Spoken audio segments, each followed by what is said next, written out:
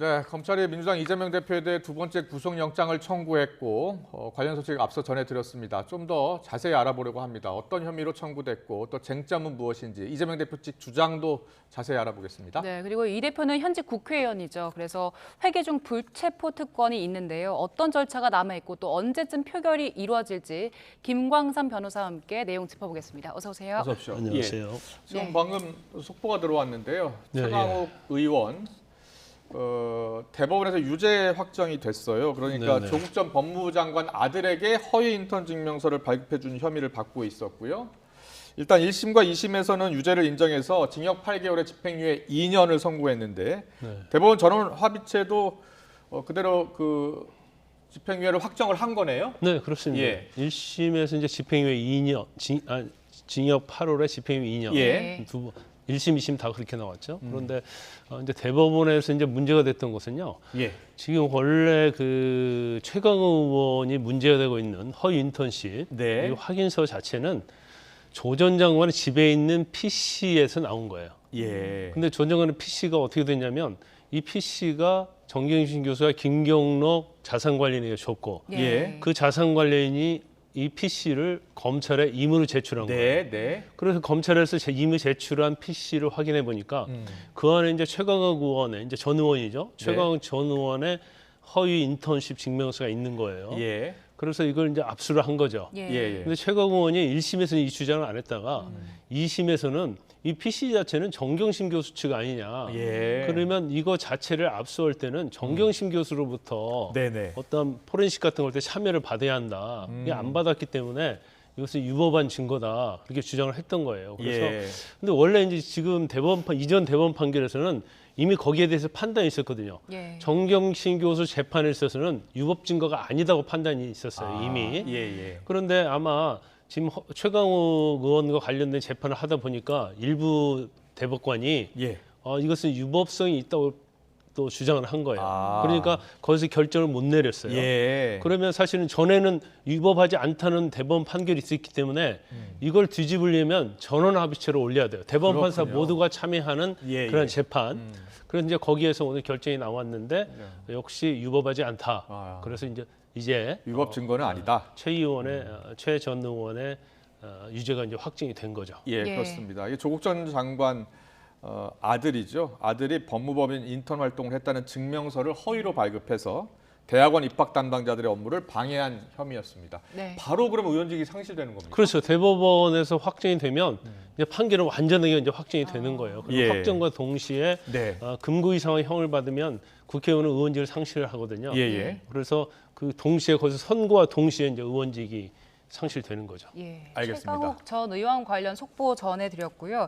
이제 이재명 대표 관련 이야기를 나눠보겠습니다. 검찰이 오늘 이재명 대표에게 이제 검찰 그 구속영장을 청구했습니다. 네. 오전에 병원으로 실려갔고 2시간 뒤쯤이었는데 일단 검찰의 영장 청구 배경은 어떻습니까? 일단 지난주에 수원지검에서는 지금 그 대북송금 관련된 수사를 했지 않습니까? 네, 예, 그래서 예. 또 이재명 대표에 대한 소환 조사도 했고요. 그래서 그 기록을 중앙지검으로 이송을 했어요. 아. 그래서 이걸 이송받은 중앙지검에서는 예. 이제 같이 합쳐서 지난 주말에 영장 청구 준비를 다 끝냈다 이렇게 볼 수 있습니다. 네, 맞아요. 네. 예, 예. 그래서 뭐 공교롭게도 오늘 아침에 이재명 대표가 병원으로 실려가지 않았습니까? 예. 그런데 이미 영장 청구 자체의 절차는 끝내놨기 때문에 뭐 역시 절차대로 오늘 영장을 청구한 거예요. 그런데 이제 그렇게 생각할 수는 있죠. 아니 저렇게 이재명 대표가 피의자긴 하지만 예. 건강이 저렇게 안 좋고 병원에 실려갈 정도인데 과연 영장을 청구하는 게 맞느냐? 네, 네. 이런 또 생각을 가시는 분들도 상당히 있을 거예요. 근데 검찰의 입장은 이제 사법 절차에 따른 것이라는 거죠. 그래서 어떤 정치인이라는 야당 대표라는 그런 고려 없이 일반적인 피의자와 같이 구속 기준에 해당이 된다. 그래서 범죄의 중대성, 예. 증거 인멸 이런 염려가 있기 때문에 이재명 대표한테는 뭐 시간을 끈다랄지 이런 특혜는 줄 수 없다는 게 이제 검찰의 입장이에요. 그래서 그렇군요. 예. 그냥 단순한 일반적 수사의 피의자의 입장에서 그 절차에 따라서 영장을 청구한 것이다 이렇게 네. 입장을 밝히고 있죠. 그렇군요. 알겠습니다. 그러면 이제 이재명 대표가 대표가 된 이후로 이제 두 번째 영장 청구예요. 네네. 그러니까 말씀하신 대로 수원지검에서는 대북 송금, 불법 대부 송금 의혹으로 이제 조사를 했고, 그게 이제 서울중앙지검으로 넘어간 거 아닙니까? 네네. 어떤 혐의가 모두 몇 가지예요? 일단은 지금 뭐 대략적으로 한 세 가지 혐의예요. 세 가지요? 예. 첫째는 지금 말씀드린 것처럼 쌍방울의 김생태 회장이 예. 경기도 스마트팜 사업과 관련된 500만 불, 그리고 이재명 대표의 방북과 관련된 예. 부분에서 이제 300만 불, 총 예. 800만 불을 대신 대납해 줬다는 것이 이제 하나인데, 이것이 800만 불 자체를 이제 검찰이 이제 제3자 뇌물죄를 보는 거예요. 예. 그래서 제3자 뇌물죄 중에서 금액이 1억 이상이면 이게 특가법으로 가거든요. 그래서 형량이 굉장히 셉니다. 예, 그래서 10년 이상 무기징에 처할 수 있는 그런 혐의고요. 예. 이제 두 번째로 중요한 것 중에 하나가 이제 백현동과 관련된 예. 부분이죠. 네. 그래서 백현동에 이제 정바울 씨라는 민간업자가 있는데, 네. 그 민간업자에게 특혜를 주고 성남 도시개발공사가 참여하지 못하도록 한 다음에 이제 여러 가지 많은 특혜를 줬다는 거예요. 그래서 네. 그로 인해서 이 정바울 민간업자 측에서 한 1,356억 정도 이득을 받고 성남 도시개발공사에 한 200억 정도 손해에 끼쳤다. 이걸 우리가 이제 법적으로 업무상 배임이라고 하거든요. 예. 네, 네. 근데 업무상 배임도 50억이 넘어가면 특정 경제범죄 가중 처벌에 관한 법으로 넘어가거든요. 예. 그래서 이것도 형량이 굉장히 높아요. 네. 무기 또는 또 5년 이상 징역이고, 그다음에 이제 또 하나가 이제까지 뭐 언론에 이렇게 많이 나오지 않았는데 예. 유증교사 관련된 부분입니다. 네, 네. 2018년도 12월에 이재명 대표가 검사 사칭과 관련해서 허위 사실 공표했다고 그래서 공직선거법 위반으로 재판을 받았어요. 예. 그래서 그 이듬해 2월에 증인이 하나 나왔는데, 그 증인이 사실 이제 검찰 사칭과 관련해서는 이재명 시장 직전에 시장했던 김병랑 전 시장이 있거든요. 예. 그 김병란 전 시장의 이제 수행 비서가 김모 씨인데, 네. 이 김모 씨를 법정에 세워서 사실은 뭐 고소를 PD하고 네. 이재명 대표를 둘을 했는데, 그때 KBS하고 김병랑 정 시장이 짜고 이재명으로 몰아가자. 그렇게 해서 PD에 대한 고소는 취하했다. 예. 네. 그래서 이것은 사실은 취한 적이 없고 협의한 사실도 없음에도 불구하고 예, 예. 허위로 유증했는데 유증한 것 자체를 이재명 대표가 이제 교사를 했다, 시켰다. 예. 그런 취지로 지금 영장 범죄 사실에 추가가 된 겁니다. 네. 네. 지금 일단 검찰이 영장 청구한 내용 세 가지 혐의에 대해서 말씀해 주셨는데, 그 혐의에 대한 각각의 이재명 대표 측 입장도 좀 설명해 주세요.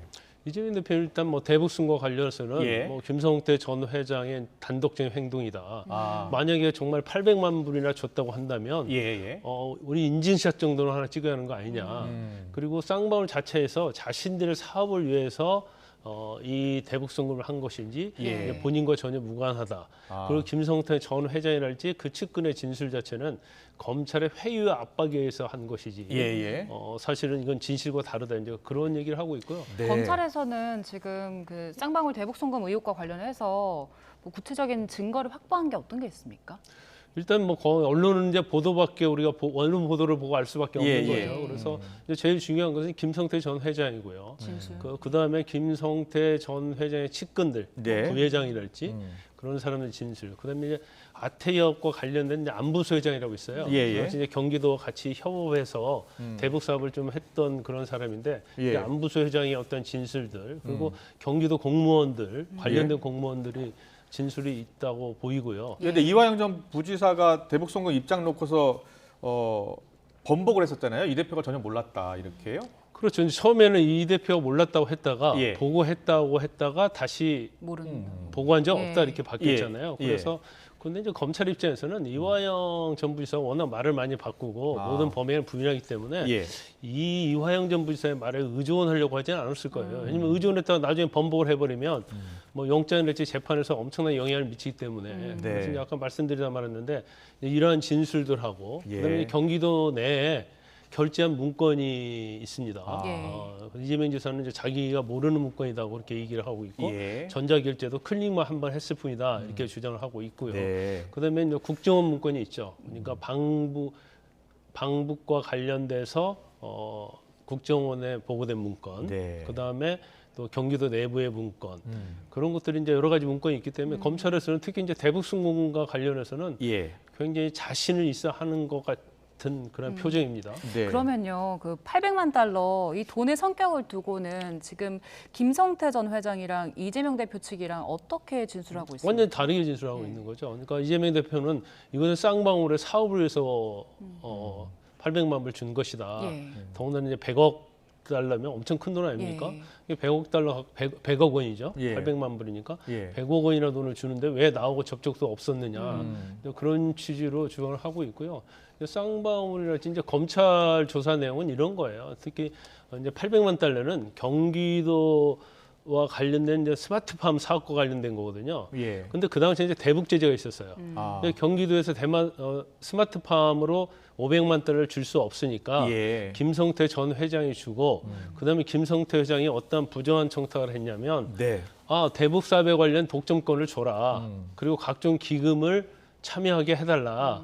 이런 취지로 청탁을 했다는 것이 이제 검찰 조사 내용이고요. 예. 그다음에 이제 백현동과 300만 달러 관련된 거. 예, 예. 그러니까 대북 선거 300만 달러 관련된 것은 이것은 이제 이재명 대표가 북한을 가면 이제 의전이 필요하지 않습니까? 예. 뭐 벤츠 자동차랄지 이런 명목으로 이제 300만 달러를 주고 어떤 청탁을 했냐면 본인도 동행을 좀 해달라. 예. 그리고 우리의 사업을 좀 도와달라. 이런 청탁을 해서 이제 300만 달러를 줬다고 이렇게 검찰은 주장하고 있는 거죠. 네, 이재명 대표 측의 주장은 전혀 사실이 아니라는 거고요. 그렇죠. 예, 백현동 개발 특혜역 관련해서는 이재명 대표 측의 입장은 뭡니까?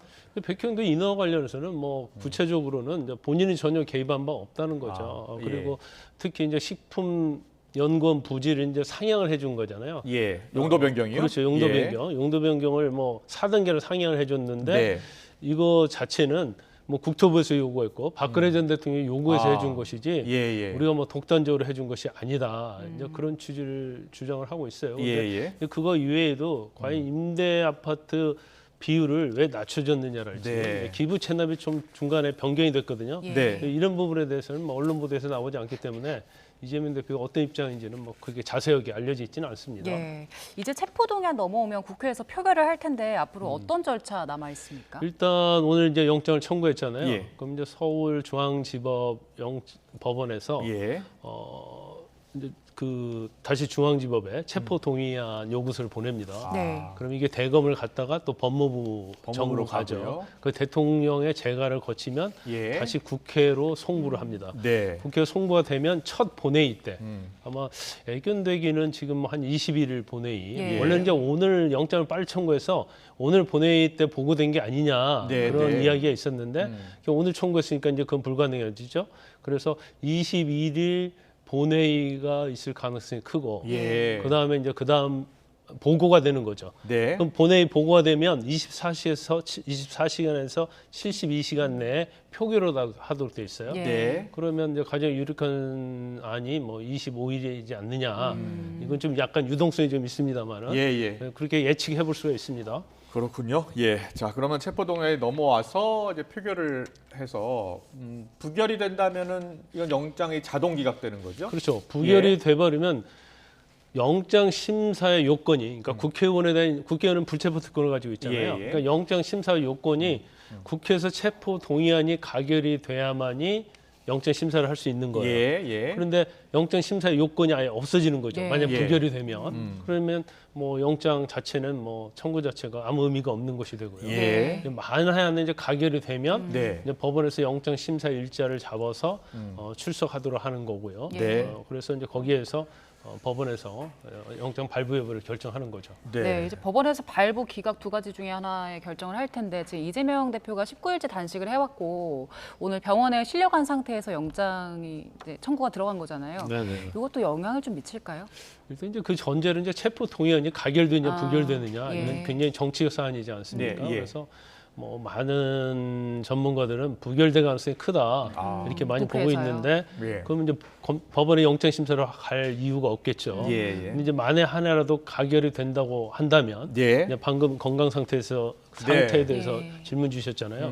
근데 원칙적으로 일반적으로 영장을 앞두고 어떤 병이 있다랄지 뭐 아주 심하지 않으면 이제 목숨을 걸 정도의 목숨에 유태로울 정도의 심하지 않으면 아주 중대한 사건에 있어서는 영장을 발부를 합니다. 예. 만약에 죄가 인정이 되면 그래서 그 다음에 뭐 구치소에 가서 너무 심해서 수감할 수 없으면 이제 구속집행정지 그런 신청을 하죠. 예, 예. 그래서 일반적으로 이제 단식 정도로 하면 사실은 뭐 고려 요소는 아니에요. 그렇지만 제1 야당이고 예. 그다음에 이제 본회의 표결이 언제 되는지를 봐야겠지만 네. 이제 시간이 상당히 있잖아요. 예, 예. 그럼 오늘 병원에 입원하면 또 회복할 수도 있거든요. 예. 그렇지만 만약에 이 상태로 계속 간다고 하면 또 법원에 있어서는 일반 피의자와 같이 그렇게 뭐 그 건강 상태를 무시할 수는 없을 거예요. 예. 그래서 그 전까지 고려해서 영장 발부 여부를 판단할 겁니다. 네, 알겠습니다.